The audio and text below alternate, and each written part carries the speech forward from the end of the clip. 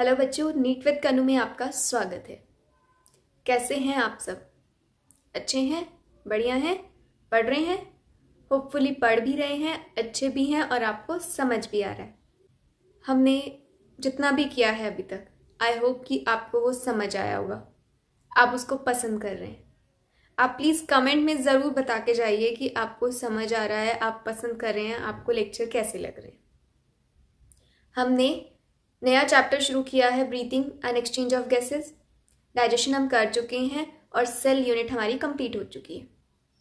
जाइए और फटाफट से प्लेलिस्ट से चेक कीजिए और लर्न कीजिए, रिवाइज कीजिए, अपनी जो आपकी प्रिपरेशन है उसको एक नेक्स्ट लेवल तक पहुंचाइए। Breathing and exchange of gases में अभी तक हम देख चुके हैं ब्रीथिंग क्या होती है, रेस्पिरेशन क्या होता है, आपका कैसे कैसे एयर अंदर जा रही है और क्या क्या हो रहा है। आज हम लैरिंग्स से नीचे ट्रैकिया वाला पार्ट कंटिन्यू करेंगे।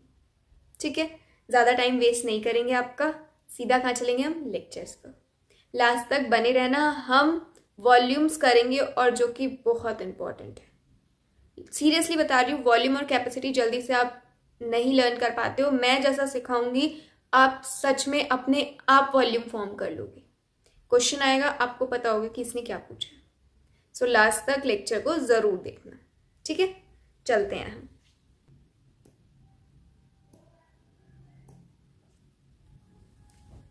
आज हम शुरू करेंगे ट्रैकिया से। हमने क्या देख लिया था? एयर आपकी कहां से जा रही थी? एयर आपकी जा रही थी नेजल चैम्बर से आपकी नेजोफेरिंग्स। ठीक है, फिर फूड और एयर मिलके ओरोफेरिंग्स, दोनों सेपरेट हुए कहाँ पहुंचे? लैरिंजोफेरिंग्स। ठीक है, लैरिंग्स। और अब कहाँ जाएगी एयर आपकी? अब जाएगी आपकी ट्रैकिया या फिर विंड पाइप जिसे कहते हैं। ठीक है, और हमें पढ़ना क्या है? यही ट्रैकिया। हमें क्या पढ़ना है? ट्रैकिया। देखते हैं। पहली बात तो ये जो ट्रैकिया होता है, इसी को ही हम क्या बोलते हैं? Wind pipe. इसी को क्या बोलते हैं? Wind pipe. ये आपका कौन सी एपिथेलियम से लाइंड होता है? ये जो आपका ट्रैकिया है ये लाइंड होता है आपका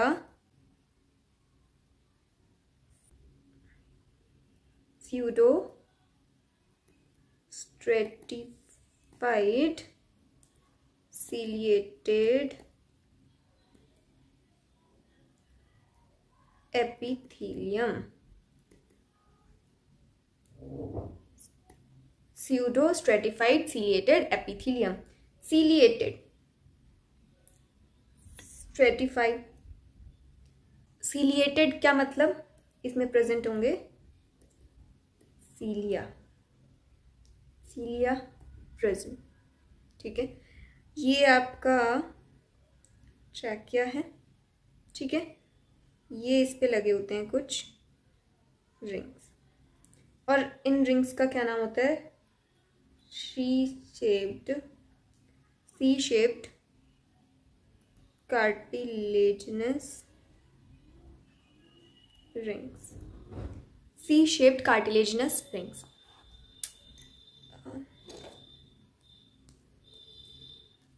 ये है आपका ट्रैकिया। ठीक है, ये ट्रैकिया है, ये इसमें ऐसे ऐसे लगे होंगे रिंग्स। सी शेप्ड है, सर्कल तो नहीं बोला, सी शेप बोला। सी शेप मतलब ऐसे पीछे से खुला हुआ है। और ये क्यों खुला हुआ है? जब एयर आई, जब आप ज़्यादा एयर लोगे तो ये एक्सपैंड भी करेगा। ये एक्सपैंड करेगा, इसको जगह मिलनी चाहिए एक्सपैंड करने के लिए। जब ये कॉन्ट्रैक्ट करेगा, ये पूरा कॉन्ट्रैक्ट ना कर दे, क्योंकि ये तो कार्टिलेजिनस रिंग्स हैं। ठीक है, ये बंद हो गए, ये पूरा आपका कोलैप्स ना हो जाए। जब ये एक्सपैंड हो रहा है, इसको स्पेस मिले एक्सपैंड होने के लिए। जब आपको ज़्यादा एयर चाहिए, ये पूरा अपनी जो सराउंडिंग से उसमें पूरा फैल सके, तो इसलिए क्या होते हैं, ये रिंग्स प्रेजेंट होते हैं। ये पूरा कंप्लीट बंद नहीं होता है, एक कंप्लीट बंद हो जाएगा अगर एक रूम में आप पूरा बंद है और आपको बाहर जाने की नीड आ रही है, नहीं जा पा रहे हो ना, क्योंकि आपको तो बंद कर दिया उस रूम में। ऐसे ही अगर आपकी थोड़ी सी स्पेस बची हुई है, आप उसमें से ऐसे रेंग रेंग के भी चले जाओगे, ऐसे फंस फंस के भी चले जाओगे, है ना। इसीलिए इसका सी शेप रखा जाता है। ठीक है, ये चीज समझ आई। सी शेप कार्टिलेजियस रिंग क्यों है, ताकि ट्रैकिया एक्सपैंड कर सके। ठीक है, आपका ये जो आउटर साइड पर सी शेप्ड रिंग्स हैं, क्या है इनका function? To prevent collapse of trachea during expiration. To prevent collapse of trachea during expiration. ठीक है, आपका इसमें प्रेजेंट है सीलिया। ठीक है, सीलिया प्रेजेंट है, सीलिया। ये सीलिया आपका जितना भी डस्ट पार्टिकल है उसको ग्रैस्प कर लेगा, जितना भी आपका बाहर से बैक्टीरिया आएगा उसको पकड़ लेगा। तो ये नीचे की तरफ फेंकेगा या ऊपर की तरफ? ये ऊपर की तरफ फेंकेगा। क्यों? क्योंकि नीचे की तरफ अगर गया तो लंग्स की कोई भी एग्जिट पॉइंट नहीं है, लंग्स के पास कोई भी ऐसा एक्सक्रीटरी ऑर्गन नहीं है कि वो आपका बाहर फेंकेगा, उसको क्या वापस फेंकना पड़ेगा। सीलिया जो आपका ग्रैस्प करता है, जो भी आपका पकड़ता है, वो आउटवर्डली बाहर फेंकता है, क्योंकि आउटवर्डली फेंकेगा, नाक के थ्रू आएगा, मुंह के थ्रू आएगा, या फिर आपका दूसरा ईसोफेगस में भी चला गया तो ईसोफेगस भी आपका आगे एनएस में खुल जाएगा, बाहर चला जाएगा सब चीज। बट अगर ये नीचे गया तो कभी बाहर नहीं जाएगा। सीलिया आपका outward movement of dust particles कराता है, outward movements of dust particle. ठीक है, इसके अलावा ये पकड़ता कैसे है? इसके पास होते हैं सीरो म्यूकस ग्लैंड। कौन से ग्लैंड? Sero mucus gland. ये कैसे होते हैं? ऑयल ग्लैंड्स होते हैं, म्यूकस सिक्रीट करते हैं, म्यूकस सिक्रीट करते हैं। ठीक है, ये आपने देखा ट्रैकिया का कैसा स्ट्रक्चर रहेगा, क्या उसमें प्रेजेंट होगा। इसके बाद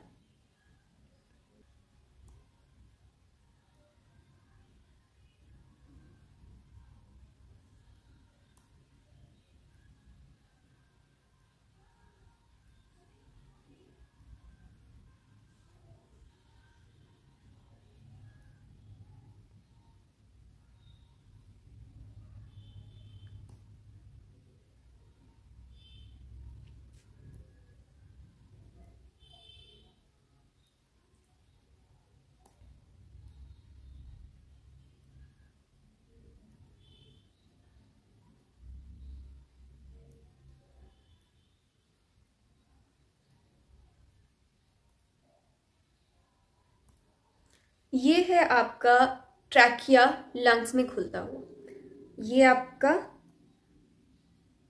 लेरिंग्स, ये आपका ट्रैकिया, ये सी शेप्ड रिंग्स। ठीक है, ये आपका लंग्स। ये देखा आपने, लंग्स आपका डबल मेम्ब्रेनस होता है। लंग्स कैसा होता है आपका? Double membranous. आपको पता है लंग्स बहुत ही डेलिकेट स्ट्रक्चर है, उसकी प्रोटेक्शन के लिए उसको लेयर चाहिए ताकि उसको कोई शॉक ना लगे, कोई आपका बाहर से मैकेनिकल फोर्स पड़ा और वो दब ना जाए, वो टूट ना जाए। इसके लिए इसके पास डबल लेयर होता है। ये डबल लेयर मेम्ब्रेनस स्ट्रक्चर होता है। कैसा? जो आपकी बाहर वाली लेयर होती है ये होती है आपकी parietal pleura. Pleura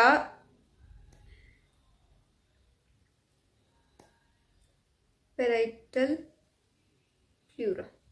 pleura is word for lungs. जितना भी लंग से रिलेटेड होएगा, कोई भी वेसल, कोई भी आपका कंडक्शन, सब कैसा होगा? Pleura. Pleura is a word given for lungs. दूसरी लेयर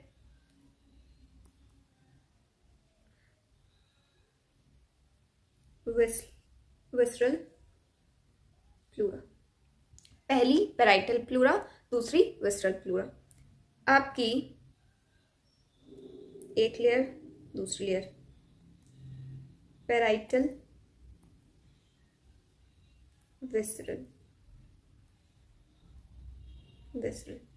इसके बीच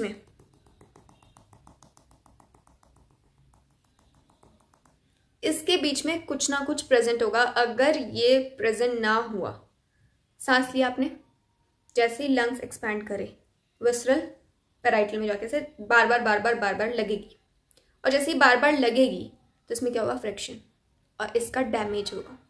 इस डैमेज से बचाने के लिए इसमें आपका कुछ लिक्विड प्रेजेंट होता है जो कि आपका फ्रिक्शन रिड्यूस करता है, स्मूथनेस प्रोवाइड करता है, और आपका जितना भी शॉक आएगा, आपका जितना भी मैकेनिकल फोर्स आएगा, पहले पेराइटल से होकर आपका ये कुशन लाइक स्ट्रक्चर कैसे कुशन पे लग के और सीधा बाहर अंदर के पार्ट्स को डैमेज नहीं करेगा। ये क्या होती है आपकी? ये होती है आपकी plural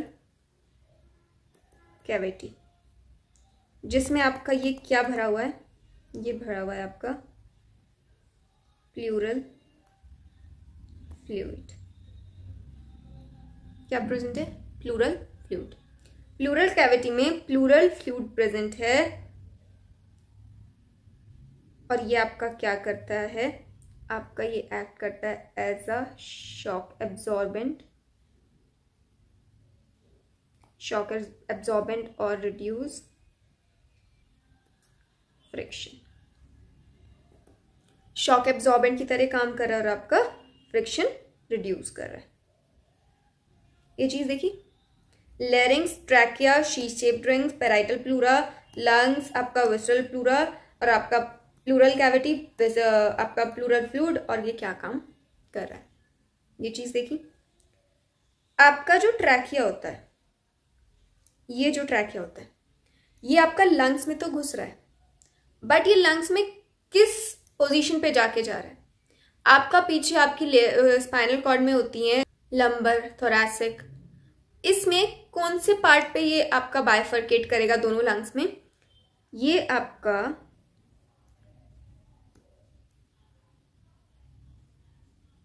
bifurcate at 5th thoracic vertebra। 5th thoracic vertebra पे जाके ये बाइफरकेट करता है दोनों लंग्स में। किसमें?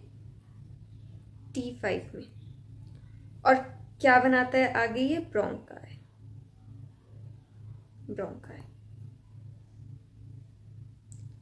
थोरैसिक वर्टेब्रा में T5 में ट्रैकिया आपका बाइफरकेट करता है किसमें? लंग्स में, ब्रोंकाई में। ये देख रहे हो, ये वाला पॉइंट, ये होगा आपका T5। ये क्या होगा आपका? T5। ये इससे नीचे लगा होता है आपका एक डायफ्राम, ठीक है। डायफ्राम से ऊपर वाली कैविटी, इसको हम कहते हैं थोरैसिक कैविटी। और इससे नीचे वाली कौन सी होती है आपकी? Abdominal cavity.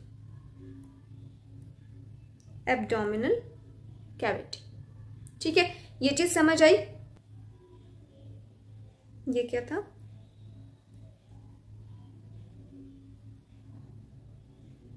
डायफ्राम।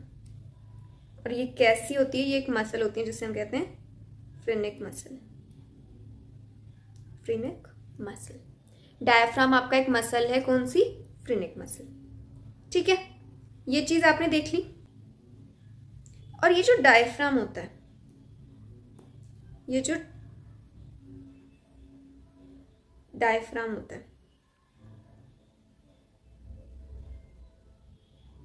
ये ये जो डायफ्राम होता है, डायफ्राम आपका मैमेलियन कैरेक्टरिस्टिक होती है। डायफ्राम आपका सिर्फ मैमल्स में ही मिलता है, ये एक मैमेलियन कैरेक्टरिस्टिक है। मैमल के अलावा डायफ्राम किसी में भी नहीं मिलता है। और डायफ्राम कैसी मसल है आपकी? Phrenic muscle. Phrenic muscle. दूसरी चीज, जो आपका राइट लंग है और जो आपका लेफ्ट लंग है, इसमें कुछ डिफरेंस होते हैं। पहला डिफरेंस, जो ये आपका लेफ्ट लंग है और ये आपका राइट लंग है, जो आपका लेफ्ट लंग होता है ये स्लाइटली लॉन्गर होता है। स्लाइटली लॉन्गर मतलब थोड़ा सा बड़ा होता है। क्यों? यहाँ पे आपका प्रेजेंट होता है हार्ट। हार्ट कुछ ऐसे सा होता है, ठीक है। ये होती है इसकी नॉच। ये जो नॉच होती है ये थोड़ा लेफ्ट की तरफ टिल्टेड होती है, तो ये यहाँ पे एक स्पेस बना लेती है। लेफ्ट लंग में क्या होता है आपका? लेफ्ट लंग में प्रेजेंट होती है नॉच। नॉच प्रेजेंट है, उस नॉच की वजह से जो आपका लेफ्ट लंग होता है वो थोड़ा सा लंबा हो जाता है और राइट लंग आपका एक प्रॉपर शेप का रहता है। राइट लंग के अकॉर्डिंग अगर देखा जाए तो लेफ्ट लंग में एक नॉच है और लेफ्ट लंग बड़ा है, लॉन्गर है, ठीक है। और ये जो नॉच होती है इसको हम बोलते हैं कार्डियक नॉच। क्योंकि कार्डियक क्यों? क्योंकि यहाँ क्या है आपका लंग, यहाँ क्या है आपका हार्ट। इस नॉच में क्या है आपका हार्ट टिल्टेड है। इसके बाद हम देखते हैं अब जो ये ट्रैकिया है इसकी आगे कैसे कैसे डिवीजन होगी।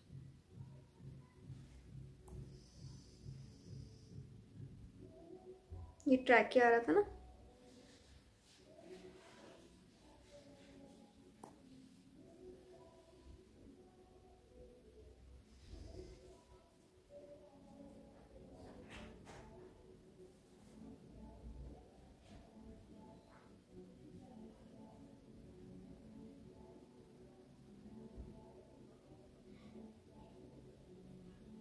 ये आपका लंग्स, ये है ट्रैकिया, इसमें लगे हैं शी शेप्ड रिंग्स, ठीक है। अब ये आगे डिवाइड कैसे होगा? पहली चीज तो ये देखो कि ये जो आपका ये नॉच है इसमें प्रेजेंट है हार्ट, और बाकी ये जो स्पेस बची है ये जो स्पेस है दोनों लंग्स के बीच में हार्ट के अलावा, ये हमारी कौन सी स्पेस होती है? मीडियास्टियम। मीडियास्टियम। और ये मीडियास्टियम क्या है? और ये मीडियास्टिनम क्या है आपका? कैविटी या फिर स्पेस। किसके बीच में? दोनों लंग्स के बीच में, ठीक है। अब हम इस ट्रैकिया को आगे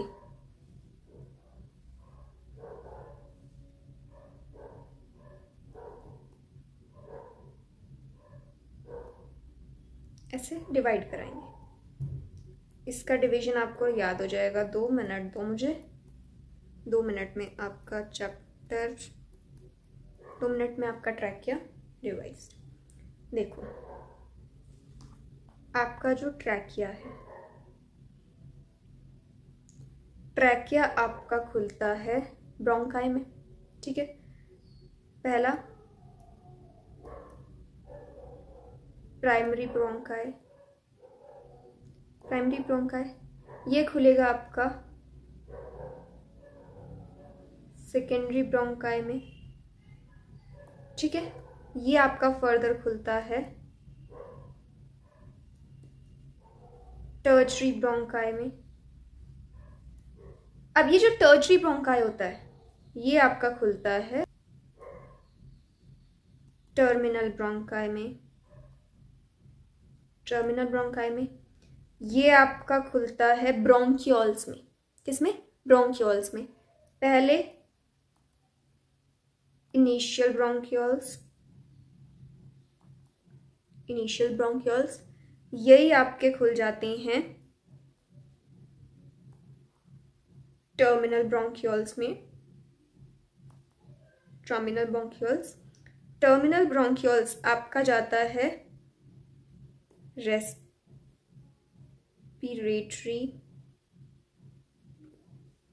रेस्पिरेटरी ब्रोंकियोल्स, और उसके बाद ये खुलते हैं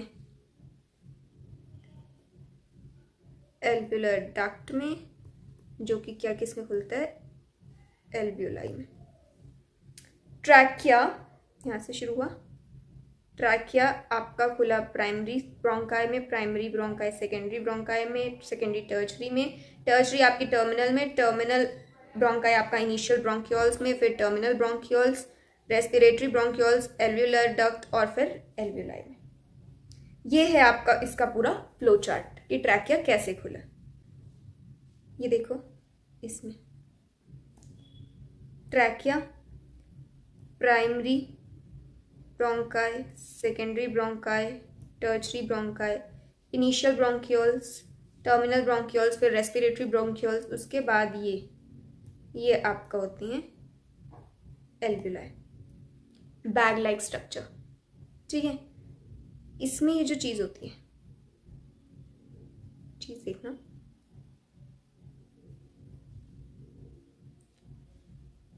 ट्रैकिया किस में खुल रहा है आपका, प्राइमरी में, सेकेंडरी में, टर्शरी में, टर्मिनल, ठीक है, इनिशियल, टर्मिनल, रेस्पिरेटरी। ये वाला जो पार्ट होता है आपका,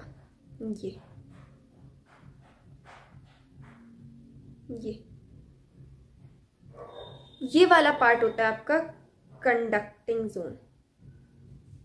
कैसा? Conducting zone. इसमें आपकी एयर कंडक्ट होगी, एयर आगे जाएगी, एक्सचेंज नहीं होगी, सिर्फ एयर जा रही है। ये सारे ऑर्गन आपके कंडक्ट कराते हैं। ये कैसे होते हैं आपका, क्यूबॉइडल एपिथेलियम से बने हुए। कैसे? क्यूबॉइडल एपिथेलियम से बने हुए। इसमें कोई भी एक्सचेंज नहीं होगा। No exchange takes place in conducting zone. No exchange takes place in conducting zone. Primary bronchi, secondary bronchi, tertiary bronchi, terminal bronchi, initial bronchioles, terminal bronchioles. Terminal bronchioles तक आपका चलता है कंडक्टिंग जोन। इसमें कोई exchange नहीं हो रहा है। इससे आगे रेस्पिरेटरी ब्रोंकियोल्स, एल्व्यूलर डक्ट और आपका एल्व्यूलाई। ये वाला जो पार्ट है ये है आपका रेस्पिरेटरी जोन। ये है आपका रेस्पिरेटरी जोन। यहाँ पे क्या होता है, यहाँ पे होता है एक्सचेंज। यहाँ पे क्या होता है, एक्सचेंज। यहाँ पे एयर का एक्सचेंज होता है। O2 जाएगा, CO2 बाहर होगा, एक्सचेंज हो रहा है। और ये किस एपिथेलियम का बना होता है, ये बना होता है आपका स्क्वैमस एपिथेलियम का बना। इसकी जो लेयर्स होती हैं रेस्पिरेटरी ब्रोंकियोल्स की, एल्व्यूलर डक्ट की और एल्व्यूलाई की, आपकी किसकी बनी होती है, स्क्वैमस एपिथेलियम की लेयर बनी होती है।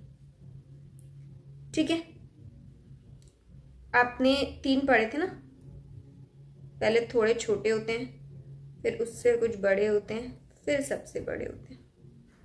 कॉलमनार, क्यूबॉइडल, स्क्वैमस, क्यूबॉइडल और कॉलमनार। स्क्वैमस आपके रेस्पिरेटरी जोन में प्रेजेंट होते हैं और क्यूबॉइडल आपके कंडक्टिंग जोन में।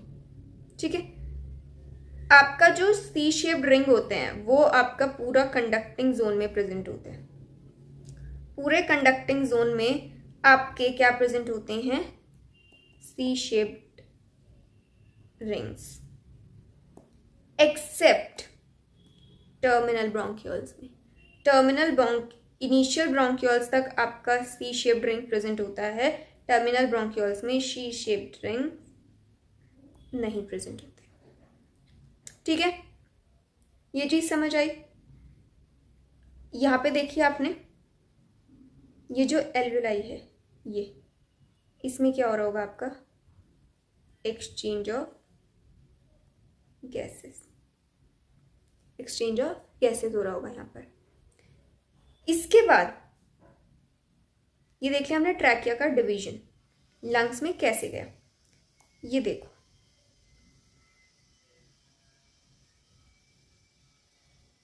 ये ट्रैकिया, ये लंग्स। जो आपका लेफ्ट लंग होता है वो बायलोब्ड होता है, 2 लोब में डिवाइड होगा आपका। एक आपका सुपीरियर लोब और एक आपका इंफीरियर लोब। सुपीरियर लोब और इंफीरियर लोब।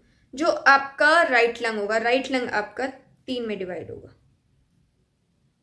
3 पार्ट में। ये आपका सुपीरियर लोब, ये आपका इंफीरियर लोब और ये आपका मीडियल लोब।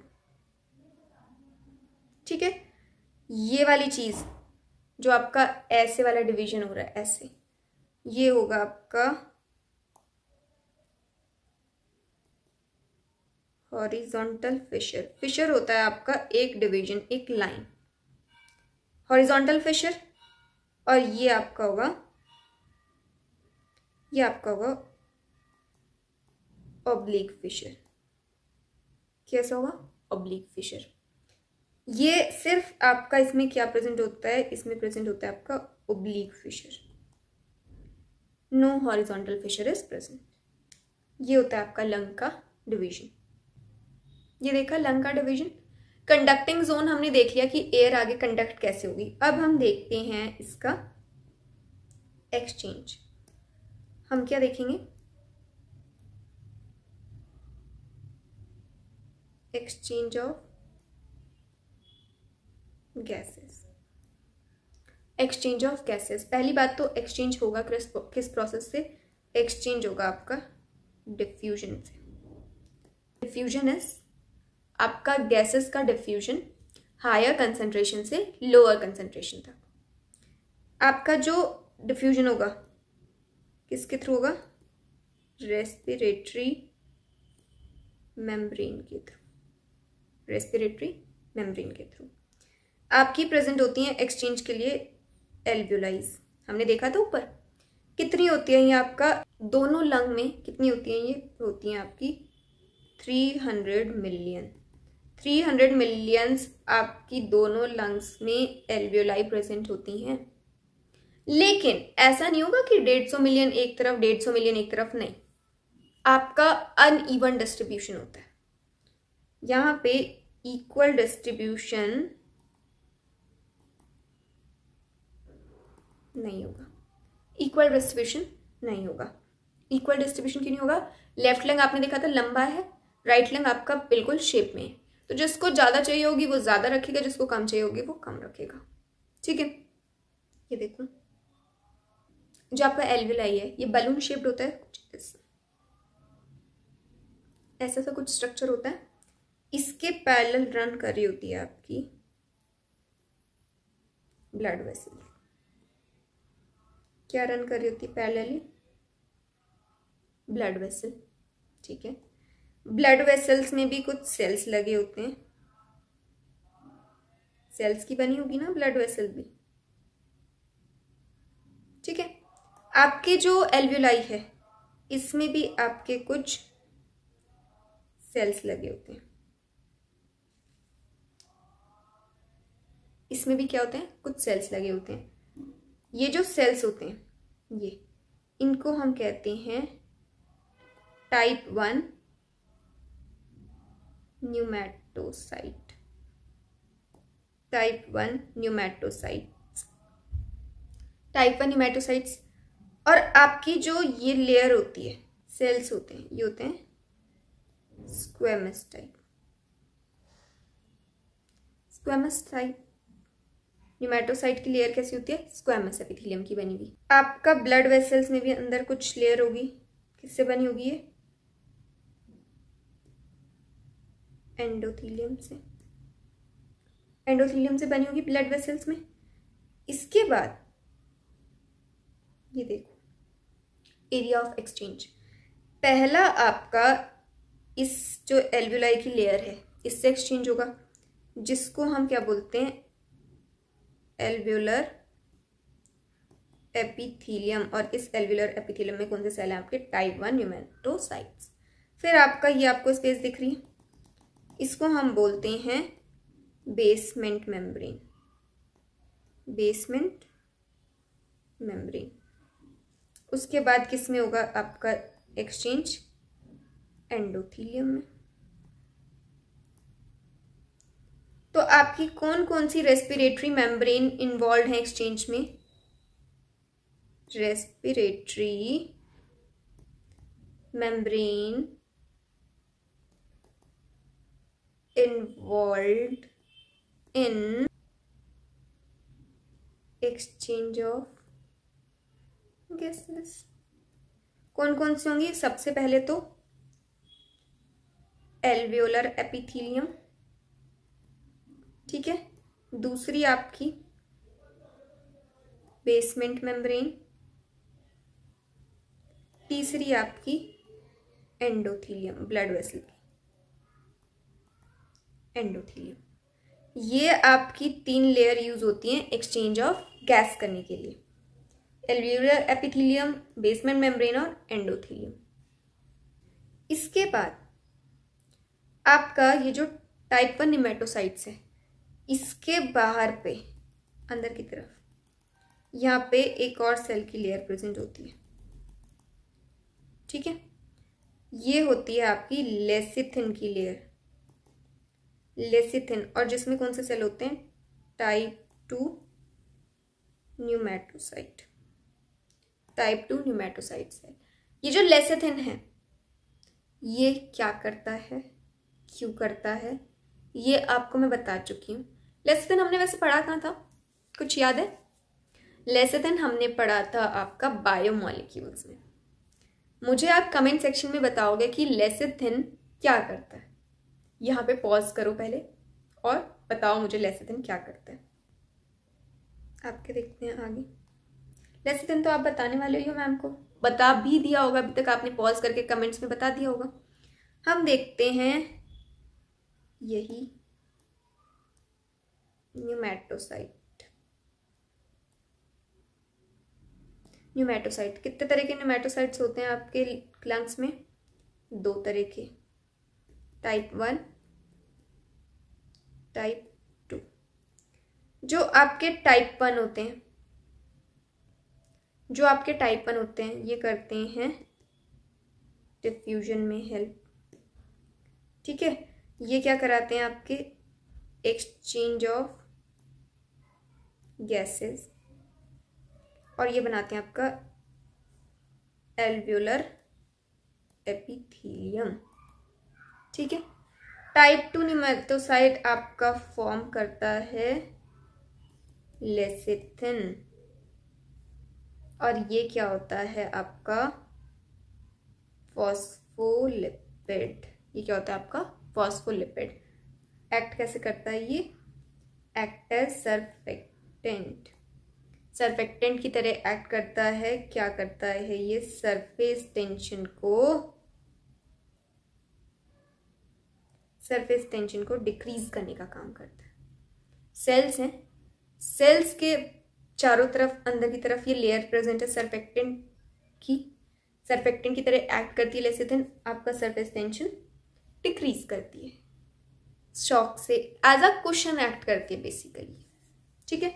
जो आपकी मेम्ब्रेन होती हैं दोनों ही थिन होती हैं और मॉइस्ट होती हैं, थोड़ी गीली गीली। क्यों?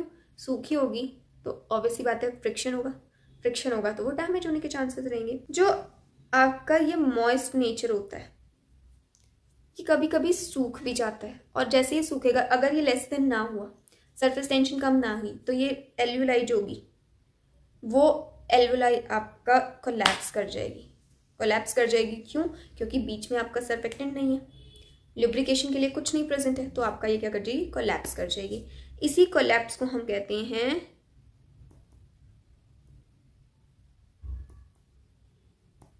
एटीलैक्टेसिस। एटीलैक्टेसिस क्या होता है, ये होता है collapse of alveoli due to insufficient surfactant। insufficient surfactant आपका लेसिथिन। ये लेसिथिन कम क्यों हुआ, ये सर्फेक्टेंट प्रॉपर अमाउंट में क्यों प्रेजेंट नहीं है? आपको पता है जो स्मोक करते हैं, स्मोक्स के जो धुआं होता है उससे भी सर्फेक्टेंट कम हो जाता है। अंदर गया है गंदा धुआं है, जो लेसिथिन है उसको डैमेज कर देगा। और जो आपकी प्री मैच्योर बर्थ होती है, जो ये लंग्स होते हैं, लंग्स आपके 7 मंथ में फॉर्म होते हैं। अगर 7 मंथ से पहले डिलीवरी हो जाती है तो लंग्स नहीं बना होता है बच्चे का। लंग्स में ये जो आपका लेसिथिन का लेयर है ये 7 मंथ में आता है। 7 मंथ में आता है तो मतलब सर्फेक्टेंट 7 मंथ में बना है। अगर प्री मैच्योर बर्थ हो जाती है तो सर्फेक्टेंट की कमी हो जाती है और उसके बाद एल्वेलाई कोलैप्स हो जाती हैं। आपका एक तो स्मोकिंग की वजह से और आपका प्री मैच्योर बर्थ का केस, अगर हो बर्थ का केस हो, प्री मैच्योर बर्थ का, क्योंकि 7 मंथ में आपका लंग्स की जो सर्फेक्टेंट होती है वो फॉर्म होती है। ठीक है, ये चीज़ देखी तो फिर देखते हैं एनसीईआरटी क्या कहती है।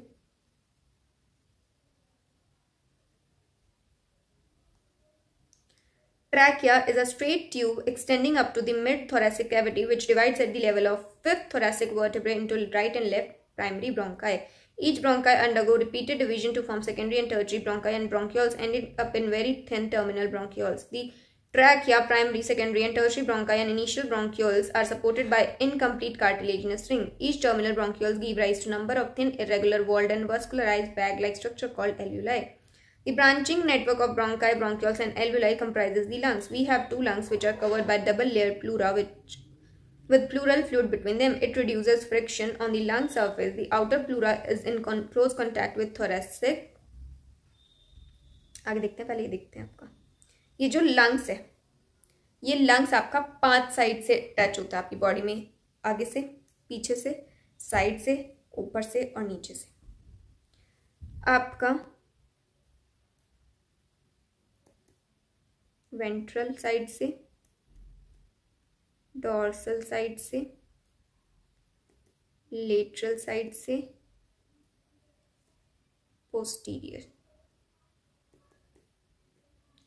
पोस्टीरियरली नीचे की तरफ से किससे लगा होता है, ये आपका लगा होता है डायफ्राम से, डायफ्राम से। लेटरली साइड से किससे लगा होता है, ये रिब्स से। डॉर्सल मतलब पीछे की तरफ आपको पता है वर्टिब्रल कॉलम है, तो डॉर्सली ये अटैच होता है वर्टिब्रल कॉलम से। और आपका वेंट्रली आगे की तरफ से इस पे एक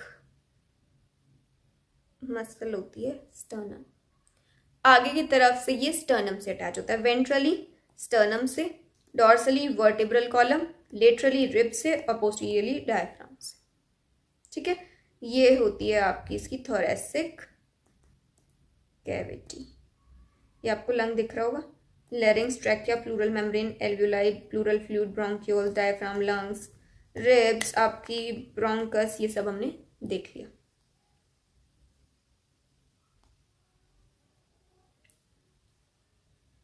The inner pleural membrane in contact with the lung surface, the part starting with the external nostril up to the terminal bronchioles conducting zone, whereas the alveoli and their ducts from respiratory or exchange part of the respiratory system.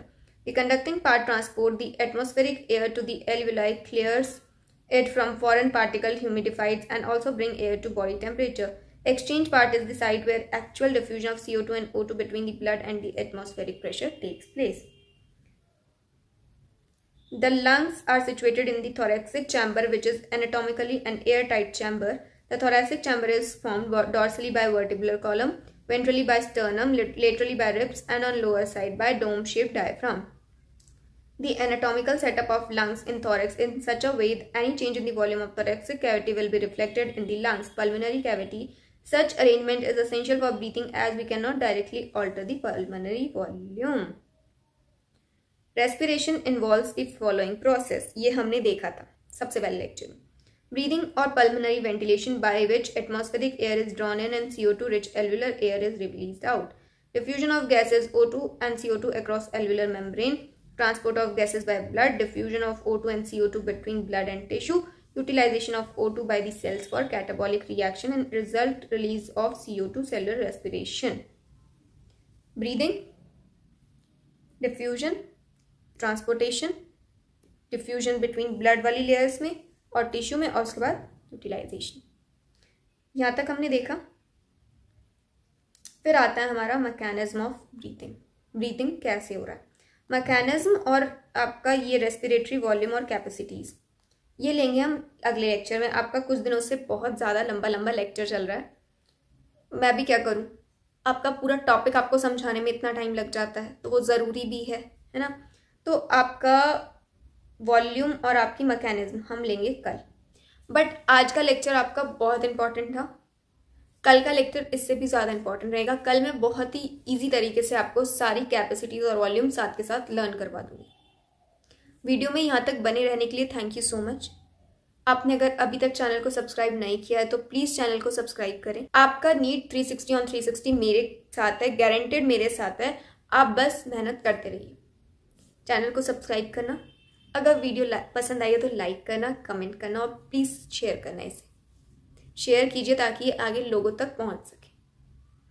अभी तक बने रहने के लिए thank you so much. कोई भी दिक्कत परेशानी आप मुझे कमेंट सेक्शन में बता के जाइएगा. लेक्चर कैसे लगा आपको कमेंट में आप बताना ज़रूर. Thank you so much.